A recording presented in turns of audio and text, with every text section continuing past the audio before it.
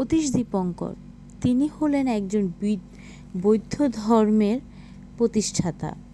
তিনি ৯০০ খ্রিস্টাব্দের বিক্রমপুর পরগনা বজ্রগিনী গ্রামে জন্মগ্রহণ করেন।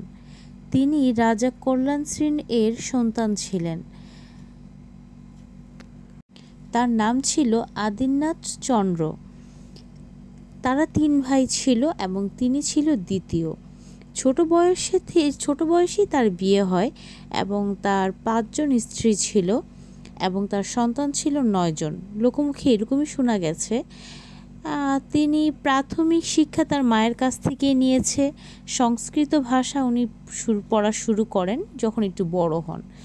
তারপরে থেকে তিনি বৌদ্ধ শিক্ষা নেওয়ার জন্য বিভিন্ন জায়গায় যায় এবং বিভিন্ন জায়গা থেকে বিভিন্ন শিক্ষা লাভ করেন এবং লালন্দায় গিয়ে তিনি আচার্যর কাছ থেকে শিক্ষা গ্রহণ করেন এবং শিক্ষক তার নাম রাখেন দীপঙ্কর। পরে তিনি ধীরে ধীরে আরও শিক্ষা অর্জনের জন্য ভারতে যায় এবং তারপর তিনি ইন্দোনেশিয়াতে যায়। এমনকি উনি শিক্ষা অর্জনের জন্য বিভিন্ন দেশে বিভিন্ন জায়গায় উনি গিয়েছিল। তারপরে উনি নিজের দেশে বিক্রমপুরে ফিরে আসে। তারপরে তিনি নেপালে যান শিক্ষা অর্জনের জন্য। তারপরে তিনি তিব্বতে যায় ধর্মপ্রচার প্লাস শিক্ষা অর্জনের জন্য। তখন তিনি তিব্বতেই তার বিখ্যাত একটি বই বথিপথ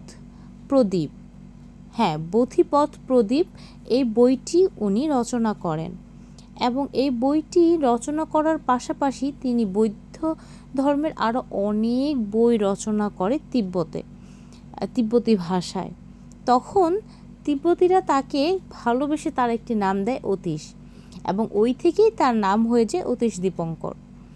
এবং তিনি বিভিন্ন ধরনের বই রচনা করেছে। তিনি প্রায় ২ শতাধিক বই রচনা করেছে। এর মধ্যে বিভিন্ন ধরনের বই আছে, যেমন রাজনীতি, ধর্ম, চিকিৎসা বিজ্ঞান ইত্যাদি। এবং শোনা গেছে তিনি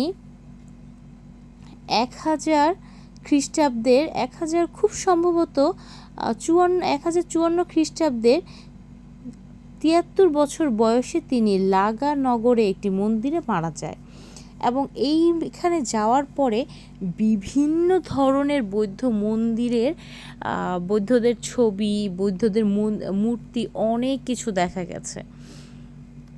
এই হচ্ছে কাহিনী। এটা আমি লোকমুখে শুনেছি, কতটুকু সত্যি কতটুকু কি আমি জানি না। যেহেতু আমি ঘুরতে পছন্দ করি, সো বিক্রমপুরে গিয়েছিলাম মূলত ঘুরতে। তো ঘুরতে ঘুরতে আমি একজনের কাছে শুনলাম, অর্থাৎ আমার ভাগনা ভাগ্নির কাছেই শুনলাম অতীশ দীপঙ্করের বাড়িটা খুব নাম করা। এবং এটা শুনেছি, এটার আগেও বহুবার আমি শুনেছি যে অতীশ দীপঙ্করের অনেক কিছু এখানে আছে, বাট যাওয়া হয়নি। বাট এবার যাওয়া হলো এবং এবার যাওয়ার পর আসলেই এখানে যাওয়ার পর আমি অনেক কিছু দেখতে পেরেছি। ওদের ধর্মগ্রন্থ সম্পর্কে অনেক কিছু আমি দেখতে পেরেছি এবং দেখেন খুব সুন্দরভাবে মূর্তিগুলো দেওয়া আছে, বৌদ্ধ ধর্মের অনেক মূর্তি দেওয়া আছে। এবং এখানে আমি যাওয়ার পরে ওদের বৌদ্ধদের যে একটা বাইবেল বলে বা ওদের যে গান বলে, সেই গানটা আমার কানে আসছিল, বাট সেটা আমি এখানে ইউজ করিনি। যেহেতু আমি মুসলিম, সো ওই জিনিসটা ইউজ না করাটাই আমি মনে করেছি উত্তম। সো যার জন্য ওই মিউজিকটা আমি এখানে ব্যবহার করিনি। বাট এই মূর্তিগুলো আমি ভিতরে যাওয়ার পরে দেখেছি এবং দেখাচ্ছি। বাট একটা জিনিস আমার কাছে খুব বেশি একটু খটকা লেগেছে যে বৌদ্ধ মন্দির যত জায়গাতেই আছে সব জায়গাতেই ওরা ডগ আছে, অনেক বড় বড় ডগ। তো জানি না কেন ওরা ডগগুলো পোষণ করে, এটা আমি জানি না। বাট আমি চায়নাতে যখন গিয়েছিলাম, সত্যি মিথ্যা জানি না, বাট চায়নাতে আমি একজনের কাছ থেকে শুনেছিলাম যে ওরা ডগকে খুব পছন্দ করে, কারণ হচ্ছে ডগ হচ্ছে বিশ্বস্ত প্রাণী। পৃথিবীর সব কিছুই ধোঁকা দেয়, বাট ডগ কখনো ধোঁকা দেয় না, যার জন্য ওরা ডগকে খুব বেশি পছন্দ করে। তো কথা বলতে বলতে আমি বের হয়ে চলে আসলাম মন্দিরটা থেকে। তো বের হয়ে আসার পরে একদম নাক বরাবর দেখা যাচ্ছে আরেকটা বাড়ি। তো ওই বাড়ির সামনের দিকে যাচ্ছে, একদম ওই বাড়ির দোতলাতে দেখেন খুব সুন্দরভাবে ওরা একটা মূর্তি বানিয়ে রেখেছে বুদ্ধদের, এবং দুই পাশে বুদ্ধদের ছবিও আছে, এবং ছোটোখাটো জায়গাটা একদম ছোট, বাট খুব সুন্দরভাবে গুছানো আছে, খুব সুন্দরভাবে পরিপাটিভাবে গুছানো আছে। এবং একদম আমার ভিডিও একদম ফার্স্টে দেখবেন বেশ কিছু ইটের কয়েকটা স্তম্ভর মতো আছে, ওখানে অতীশ দীপঙ্কর ওখানে থাকতেন, ওনার বাড়িঘর ওইখানেই ছিল। তো উনি ওখান থেকে এই মন্দিরে এসে উনি প্রচারণা কাজ করতো। তো এই ভিতরে যাওয়ার পরপরই দেখছি ছোটোখাটো একটা মন্দির আছে ওদের এখানে ওদের ছোটোখাটো একটা মন্দিরের মতো আছে। তো এখান থেকে বের হলেই পাশে ওদের মন্দিরের বেশ কিছু লোক এখানে বসে আছে, ওরা এখানে বসে থাকে, এবং তার অপোজিটেই ওরা যেখানে বসে আছে তার অপোজিটেই আছে অনেকগুলো ডগ, একদম খুব হিংস্র টাইপের ডগ। তো ওই ডগগুলো একটু ভয় লাগতেছিল, যার জন্য আমি ওগুলোর ভিডিও করিনি, ওগুলোর সামনেই আমি আর যাইনি।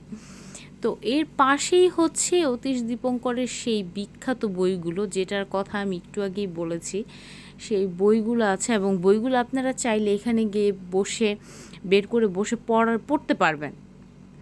যদিও আমি বই পড়িনি, কারণ আমার ইচ্ছা হয়নি বই পড়ার, বাট ওখানে দেখেছি অনেকগুলো বই আছে ওদের এখানে, ওর সবগুলো লেখা বই এখানে আছে। তারপরে দেন ওখান থেকে বের হয়ে আসলাম, আসার পরেই দেখলাম যে অপর দিকে একটা ঘর।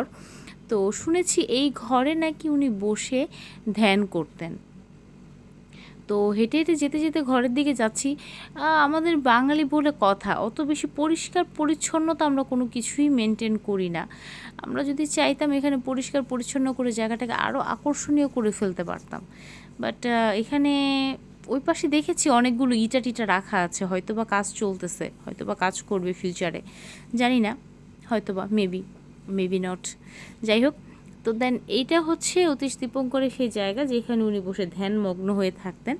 তো সামনের দিকে হেঁটে যেতে যেতে আমরা দেখছি যে এই পাশে হয়তো বা কোনো একটা কর্নারে কাজ চলছে, কোনো একটা কর্নার হয়তো বড় করবে, বাট এই কর্নারটা আগে ছিল না, এটা নতুন করে করা হচ্ছে।